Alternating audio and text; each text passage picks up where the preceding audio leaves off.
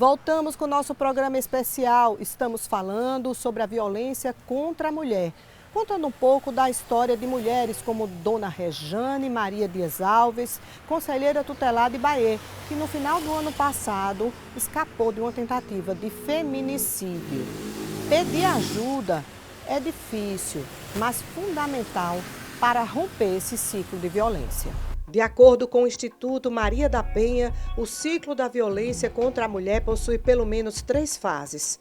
A fase 1 é o aumento da tensão, quando o agressor tem acessos de raiva por coisas insignificantes. A vítima recua com medo, busca justificativas para o problema, silencia. A fase 2 é quando começam os atos de violência, que podem ser verbal, física, psicológica, moral ou patrimonial. A vítima paralisa, não reage, sofre tensão psicológica severa. É quando algumas conseguem buscar por ajuda. A fase 3 é o arrependimento do agressor. Ele fica carinhoso. Ela se sente confusa, pressionada, abre mão dos direitos e acaba dando uma nova chance. Há um tempo de calmaria, mas depois volta à fase 1, a de tensão. Dona Rejane confessa que não conseguiu pedir ajuda. A senhora nunca pensou em conversar, pedir ajuda a alguém? Já. Chegou a procurar ajuda aonde lá? Nenhuma.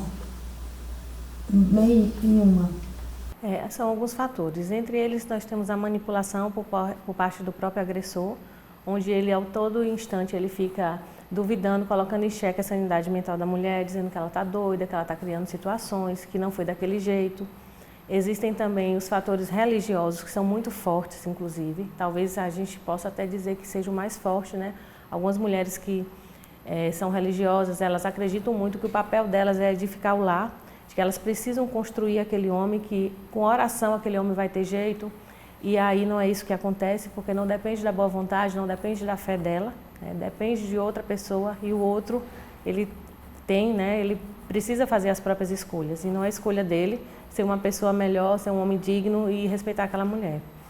E existe também as questões culturais, né? De que todo homem é assim, você precisa ter mais calma, talvez seja o seu comportamento que não seja adequado, talvez seja esse decote que você colocou, talvez seja essa amizade que você está tendo, porque mulher casada, porque mulher que está namorando não pode agir assim, não pode se comportar dessa forma, não pode frequentar determinados lugares. E a mulher, ela começa a justificar o tempo inteiro a violência do homem em decorrência dela, né?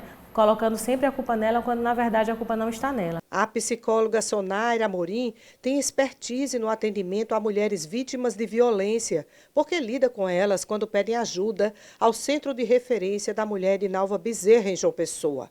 Ela já conhece os sinais do medo, assim como os médicos que atendem casos graves de violência física.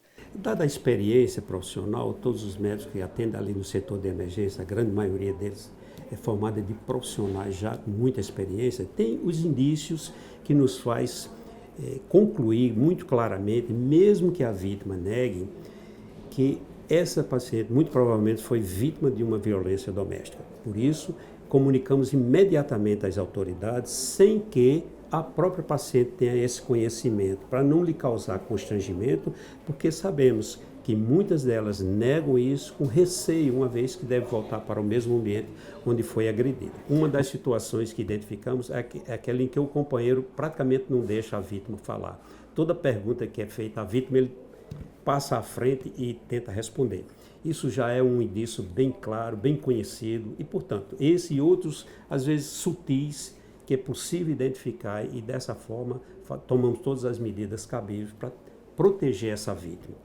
Já o Centro de Referência não é lugar de denúncia, mas de ajuda suficiente para vencer o medo e quebrar o ciclo.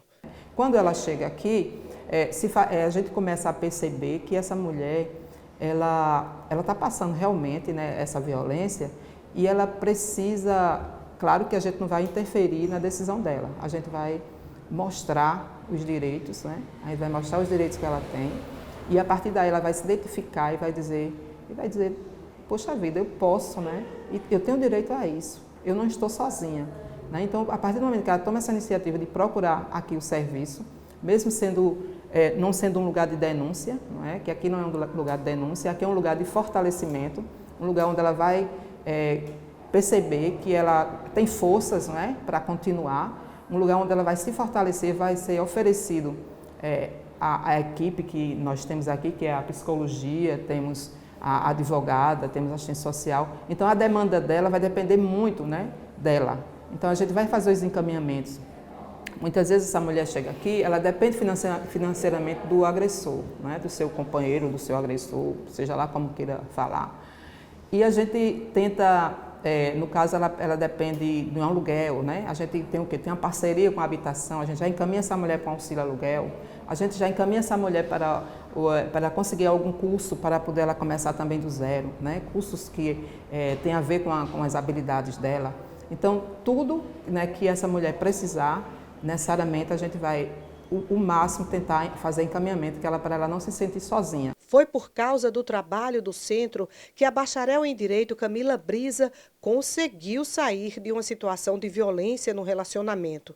Ela conta que passou por abusos psicológicos. Eu já conheci ele desde a infância, e só que anos depois que a gente veio se envolver, que desse relacionamento a gente teve um filho, passamos um ano juntos. Mas após o rompimento desse relacionamento, devido a sinais já de abusivos, né? E a gente encerrou o relacionamento, mas ele não aceitou. Sim. E depois desse término, foi se intensificando os ataques, né? Que foram muitos ataques verbais, tanto presencial quanto por redes sociais, né? Todo o WhatsApp, palavras de baixo calão.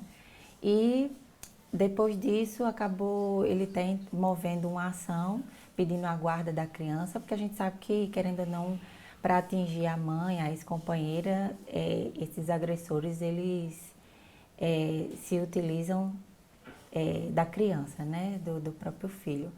E chegando ao ponto também de proferir agressões verbais contra nosso filho, na época.